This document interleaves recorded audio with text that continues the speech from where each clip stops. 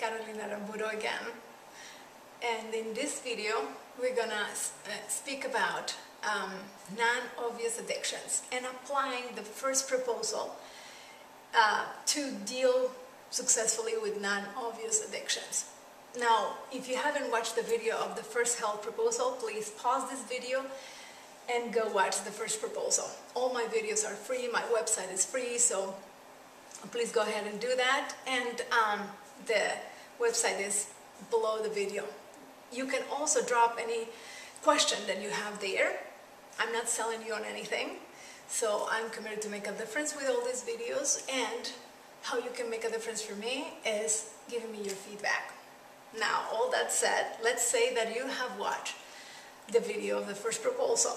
What we're going to do is apply that having a profound, authentic relationship with your body because of your imperfections, and instead of despite your imperfections, in the area of non-obvious addictions.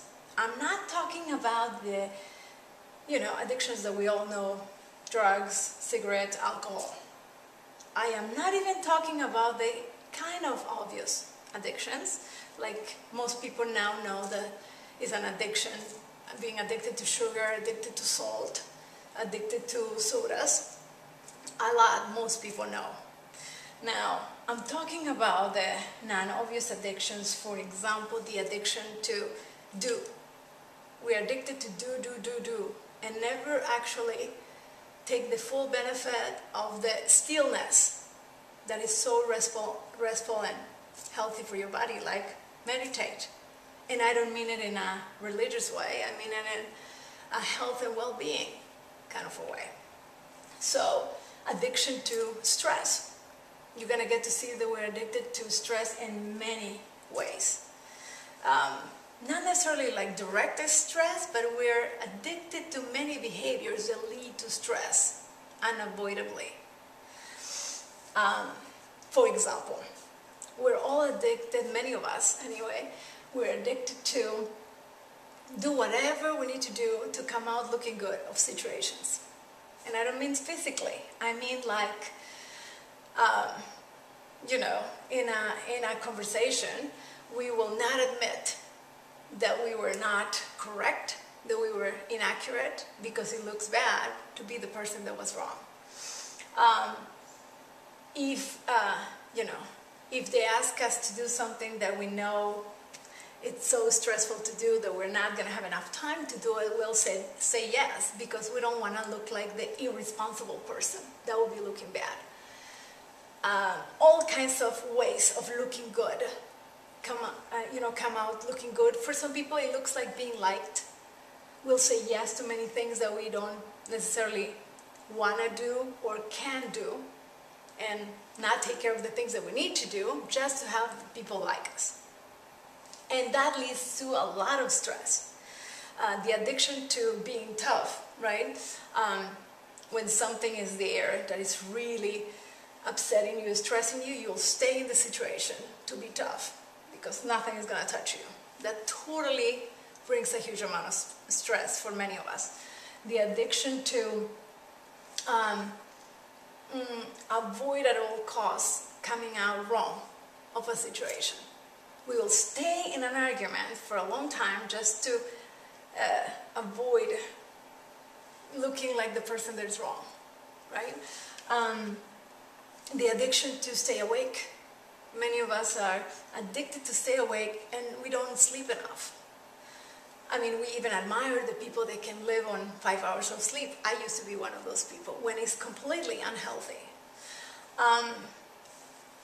Just to begin those examples. So let's look at the proposal applying to some examples. Let's apply it to a little bit of obvious example of an addiction. The addiction to sugar. If you apply my proposal, you will say, okay, I love my body because of the imperfections. So I'm going to cherish this aspect of my body that I am addicted to sugar.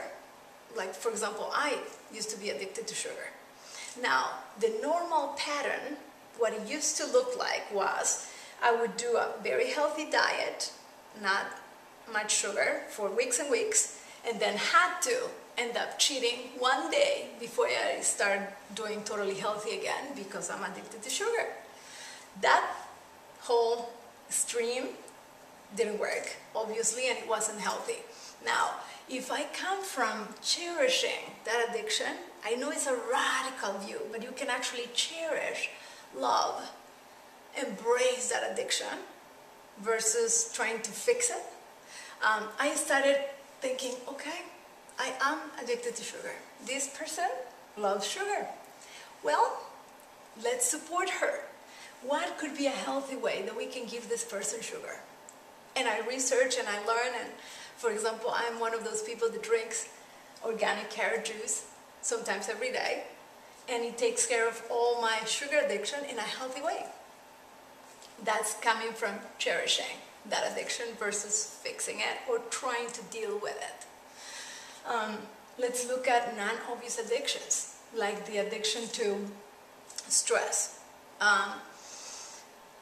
In stressful situations, if you're gonna cherish that part of you that has to be right, you're gonna be able to come out of it. If you don't cherish, or you're like, you know, don't want to be that person that stays trying to be right, you're gonna fight yourself in the middle of catching yourself trying to be right and stress yourself out doubly. You're gonna end up making yourself wrong for being right, which is double stress, and it doesn't work. Now, if you apply my theory, you actually cherish that part of you that wants to be right. That's one of my addictions, right? So you can create fun practices that support you to come out of that situation and avoid all that stress. For example, I have a little sentence that I say every time I catch myself trying to be right. I say to the person that I'm trying to prove that I'm right, I say to the person, I am willing to see your point of view. And I'm not going to talk about it right now. And it gives me this whole room to actually see the person's point of view, not talk about it while the stress is there, talk about it in another time. And it's just magic. No stress there, and not fixing that part of me that wants to be right. The addiction to doing. Actually fall in love with meditation and giving your body the benefits of meditation. The addiction to stay awake. That's a big addiction. And sleep is one of the big problems in this society nowadays. I'm going to address in the next video sleep deeply, because this is a big source of health problems and not taking care of our well-being.